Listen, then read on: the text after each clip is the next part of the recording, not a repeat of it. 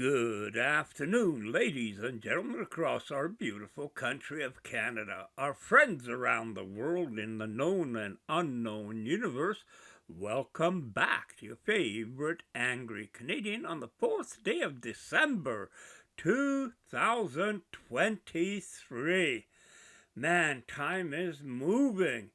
So, the video I'm doing today has to do with political parties because basically, like in Canada, we got the Liberals, we got the Conservatives. In the US, they got Democrats and Republicans. There's no third or fourth or fifth party running on their platforms. While in other countries around the world, they got a gazillion political parties, almost for anyone and everyone. Germany, I don't even know how many they have. But other countries have many different political parties. And the thing about this is that I came to realize very quickly, they don't work. None of them work. And that's because ultimately the people aren't representing a country or their citizens. It's that straightforward and simple. Politicians run for the party. If you're alone, well, you got to work extra hard. Make sure you don't lose your seat. If you got multiple, it's all about the party. And that is what has to change. I mean, you got to make it about people. So I got two videos, which I kind of combined here and there. One is by Freeland talking about housing and economy. This was her economic plan for 23. And the other one is a new ad brought out by conservatives, Pierre Poilievre, the opposition, who's countering. And if you listen to both of them, they're simplistic. They think Canadians are stupid Fs. They don't have to be honest with you. They can say whatever they want because no one's going to fact check. I mean, shit, you believe what you see, what you hear, and get on with it. So now I'm going to start off with Freeland, who I'm going to have a little bit of fun with special effects. And you have to excuse me. I like to do stuff like that for my own amusement. Our government was elected on a promise to deliver for the middle class. And our economic plan is focused on building an economy that works for everyone, with good jobs that people can count on. Like the Transcontinental Railway a century ago, these are foundational investments which only government can make. We believe in Canada. And we believe in the incredible possibility of Canada's future. And that is why we are making the investments that Canada needs to make that bright future a reality. Something new and strange has happened in Canada. Canada is sitting on probably one of the largest housing bubbles of all times. Something we haven't seen before. An entire generation of youth now say they will never be able to afford a home. This is not normal for Canada. We've got students who are living in their vehicles because they couldn't find a place to live. Tens of thousands of Canadians could default, Moshe, on their mortgages. And are we looking at that kind of nightmare scenario? After generations of affordable and stable Canadian home prices, it now takes 66% of the average monthly income to make payments on the average single-detached Canadian house. Given that most of the remaining 34% of the family paycheck is taken up by taxes, there's literally nothing left for food and recreation. And that all assumes that you have enough for a down payment to get the mortgage in the first place. Saving up for that down payment in Toronto now takes an average of 25 years. Not long ago, you paid off a mortgage in that time. So young people must rent, but rent has doubled in the last 8 years. Newlyweds now pay $1,000 per month to rent a single room in a townhouse that they share with two other couples. 35-year-olds live in their parents' basements. Rents are so high in Toronto that students live in homeless shelters. Others sleep in their cars or even under bridges just to afford to go to university. One grandmother posted signs on hydro poles trying to find a place to live. Middle-class people like nurses and carpenters now live in their vehicles. Tent cities are popping up in almost every major city and many small towns in Canada, mostly in places that never had them before. And because homeless shelters are overflowing with people, new refugees are now told to live on the streets and under bridges. Now, like all countries, we've always had problems. Throughout Canada's past, though, almost anyone who got a job could save up and buy a home by their mid-20s. When did all that change? About 8 years ago. It's crazy to think, but in a little under a decade, Canada's housing costs have basically doubled. The rent has doubled. Mortgage payments doubled. The needed down payment on an average home doubled. Double trouble. Affordable early learning and childcare is likewise an investment in our social infrastructure, and it is also transformative economic policy. It gives children the best possible start in life and saves middle-class families thousands of dollars a year, while also supporting record women's employment and thus helping to address the labor shortages which contributed to inflation. When I announced our plan to build a Canada-wide system of affordable early learning and childcare, some people were skeptical, and justifiably so. After all, it was a promise that had been made and broken for 5 decades. But today, just 2.5 years after we launched our plan, it is working. Childcare fees are down by at least 50% across Canada. In 6 provinces and territories, we've already brought childcare costs down to just $10 a day. And we are on track to deliver outstanding, nurturing care for $10 a day everywhere in Canada by 2026. Enhancements to Canada's social safety net, ranging from the Canada Child Benefit, the Canada Workers Benefit, the Canada Pension Plan, are about driving down inequality, raising incomes, and ensuring by design, not by trickle down, that everyone can truly share in our country's prosperity. With investments in our economy, our communities, and a new generation of middle-class careers, we have focused relentlessly on ensuring that government investments deliver real economic opportunities for all Canadians. And that, Mr. Speaker, is our economic plan. And thanks to our economic plan, Canada is today a global investment destination of choice. In the first half of this year, Canada received the 3rd most foreign direct investment of any country in the entire world.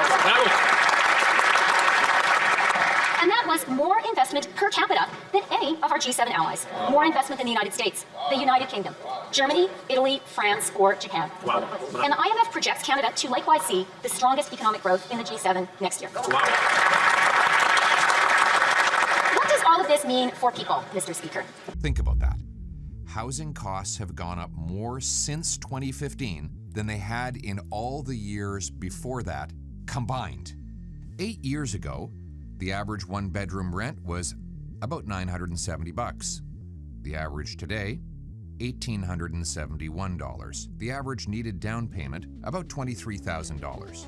Today, $51,000. 8 years ago, the average mortgage payment was about $1,400. Now, it's over $3,500.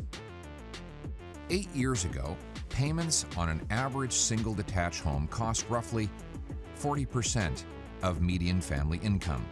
Now, that number is 66%, meaning that paychecks have not caught up with the cost of housing. What this means is that our economy is creating great jobs for Canadians from coast to coast to coast. And compared to before the pandemic, I am so glad to be able to say that over 1 million more Canadians are employed today. We all have more work to do, Mr. Speaker, but our economic plan is working. And we can't blame the rest of the world. Canada's housing costs have risen faster and higher than almost any other country on Earth. Depending on how and when you measure it, Canada's housing costs are on average 45 to 75% higher than in the United States. In border towns, it's even more. Homes on the Canadian side are often 100% more expensive than their American counterparts. Look at this home in Niagara, Canada, versus this home in Niagara, New York. Only about a half an hour apart from one another. Vancouver is now the 3rd and Toronto the 10th most unaffordable city on Earth, worse than New York, London, England, and even Singapore, a wealthy island with 2,000 times more people per square kilometer than Canada. All these places have more money and people and less land, yet they are more affordable. The foundation of our fall economic statement is our responsible fiscal plan.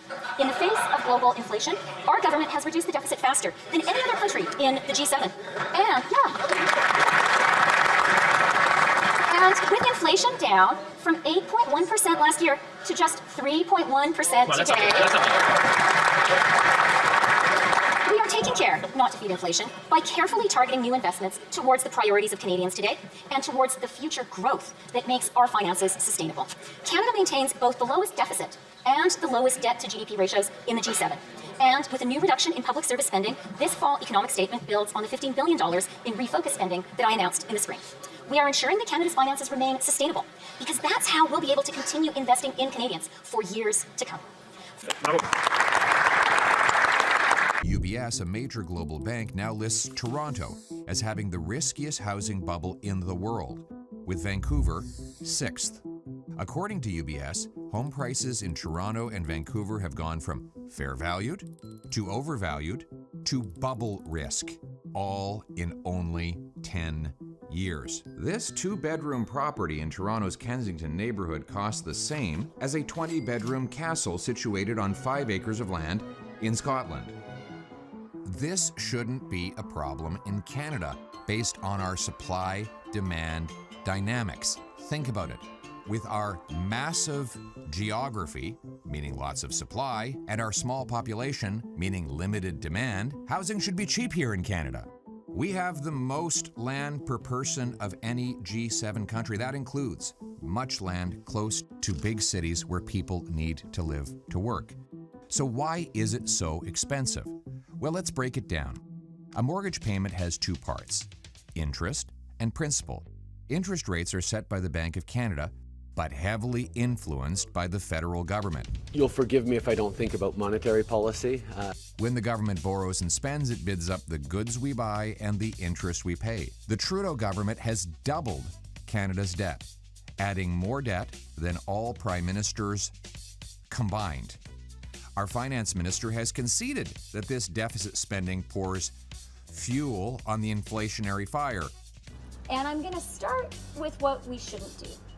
I think it is very important not to make the problem worse. I am very mindful of the importance of not pouring fiscal fuel on the flames of inflation. And to protect Canadians who are struggling with their mortgage payments at a time of higher interest rates, today I am announcing the new Canadian Mortgage Charter. The Canadian Mortgage Charter details the tailored mortgage relief that Canadians need and can expect from their banks if they are in financial difficulty. Our goal is to help Canadians through an incredibly challenging time by making sure Canadians have the support they need to afford their mortgages and keep their homes when renewing at a time of higher interest rates. And we're committed to taking further action if necessary. Our second objective is equally urgent. For generations, Canada has been a country where if you worked hard, if you went to school, found a good job, and squirreled some money away, there would be a home that you could afford. For generations, that promise was kept. But today, for a generation that ranges from new high school graduates to couples in their 30s making 6-figure salaries, that is a promise which is under threat. Keeping that promise demands a great national effort, and that is an effort that our government is stepping up to lead. Building on the significant action we have already taken, including this fall alone, I am today announcing new measures through our economic plan to build thousands upon thousands upon thousands of new homes across the country and to build them faster. And then, a few weeks later, she poured $69 billion of new fuel on that fire. For governments to run huge deficits or borrow money, they sell bonds to investors. In recent years, the Trudeau government's spending has exploded, and they've been borrowing more than lenders will lend. So the Bank of Canada has started creating the cash. The money supply has therefore grown 8 times faster than the economy over the last 3 years. More money bidding on fewer goods, including fewer houses, equals higher prices. But the central bank doesn't just send a Brinks truck to the Prime Minister's office. Rather, they use a complicated set of transactions that they call quantitative easing. Always be suspicious when you hear a complicated word that makes no sense to anyone except those benefiting from it. Here's how it goes. First, the government sells bonds to financial institutions. Then, the Bank of Canada buys those bonds right back at higher prices. Financial corporations love it because they're guaranteed a big profit. But the consequence is not only that the government gets more easy money to spend, but the financial system overflows with cash, which often is lent out at ultra-low rates in super large mortgages, particularly for wealthy investors whose banking connections get them to the front of the line. So as you can see in this chart from the Bank of Canada itself, investors doubled the number of home purchases they made in just over a year. The black line, well, it shows when the quantitative easing began. Cause? Money printing. Effect? Housing inflation. So the government deficits forced the Bank of Canada to boost interest rates to push inflation back down. Former Liberal Finance Minister John Manley put it this way. It appears that fiscal and monetary policy are not aligned. And the importance of that alignment is key. We're still running very large fiscal deficits. The government still talks about how much they're going to continue to spend. And this is a bit like driving your car with one foot on the gas and the other on the brake. We are unlocking billions of dollars in new financing, money that will go towards supporting the construction of new homes for Canadians. We are supporting nonprofit, co-op, and public housing providers. We will be helping to cut the red tape that prevents construction workers from moving across the country to build homes, and we will be bringing more of the skilled trades workers that our construction sector needs to Canada. We'll be cracking down on short-term rentals listed on sites like Airbnb and Vrbo, which are keeping far too many homes off the market in communities and cities right across the country. That's going to make a real difference to Canada. And Mr. Speaker, that is just what we are doing today. We are also making it easier for more than 250,000 Canadians and counting to buy their first home with the new tax-free First Home Savings Account. The federal government owns more land than anyone else in Canada, and we're going to build more homes on it. We're lifting the GST on new rental construction to make it more affordable for builders to build so that they can build more homes faster. We're repairing and building hundreds of thousands of new homes, and we are financing the construction of tens of thousands more. We have banned foreign investment in Canadian housing, and we're ensuring that property flippers pay their fair share. We're making it more affordable for families to construct secondary suites. And we have signed agreements with cities across the country to slash the red tape, which is preventing homes from being built in the first place. And in exchange, we're providing them with new funding to build more than 100,000 new homes faster. Because our country needs more homes, and we need more of them fast.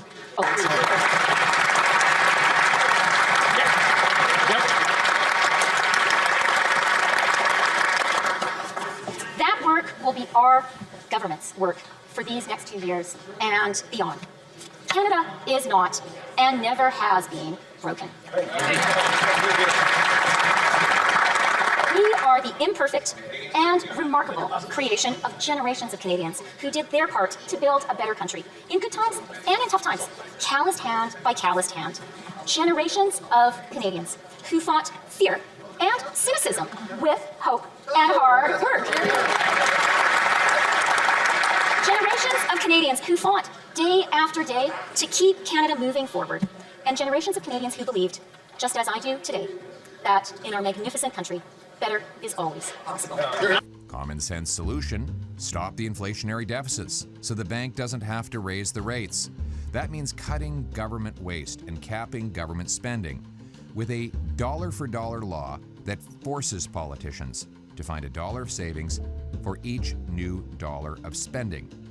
By getting back towards a balanced budget, we'll bring down inflation and interest rates on your mortgage payment. So that helps address the interest cost of the mortgage payment. What about the principal, which is determined by the home price? Canadian prices, which are so much higher than in other countries, are determined by supply and demand. We have the fewest houses per capita in the G7, even though we have the most land to build on. We have fewer houses per capita today than we did 8 years ago, as population has outgrown home building. Canada built fewer homes last year than it built in 1972, 50 years ago. Consider this. In 1972, Canada's population was 22 million, and we built about 230,000 homes. In 2022, Canada's population was 39 million, and we built about 220,000 homes. In other words, far more people, far less home building. Well, I gotta say, even though there's a lot of mistakes and fudging numbers and stuff in the video, housing hell, how we got here and how we get out, it's still a pretty good video with some numbers, although you have to start questioning, because I can tell already that they got numbers up for questions that they created so that the answer will represent what they're getting false answers, but because that's what they want. So I'll give you an example about the bullshit of this. You know, they talk about debt load, and one of the things the conservatives think is that, you know, for every dollar you spend, you gotta save a dollar. And holy shit, doesn't that sound awesome and fantastic? But what if the government is spending money on blah, blah, blah, and it has to do that because it's part of the budget, but they also have to pull that amount out of the budget. So which programs are going to be cut? You know, something has to give. You can't just have money going in and not going out. So, you know, this kind of stuff they don't address very well. And I really hate our deficit and what it costs to service that. $43.9 billion in a year just on interest. And who the hell is that money going to? So I read that it's pension funds and foreign governments that hold sovereign debt. Somewhere I read that the Bank of Canada is not a government institution, or the Fed in the States, that all central banks are private, and non-elected officials are running our economy. It's not Chrystia Freeland. You know, and even if it was, I mean, that's no friggin', you know, something to be happy and proud about. She's as useless as, you know, what's on a bowl, but never mind. It's bad. Things are going bad, and we're less than a month away from 2024. So are you optimistic that in 2024 things are going to magically turn around and peace will come in Ukraine and Gaza? And it just, no, humanity is just on a self-destruct course. Sorry to say that.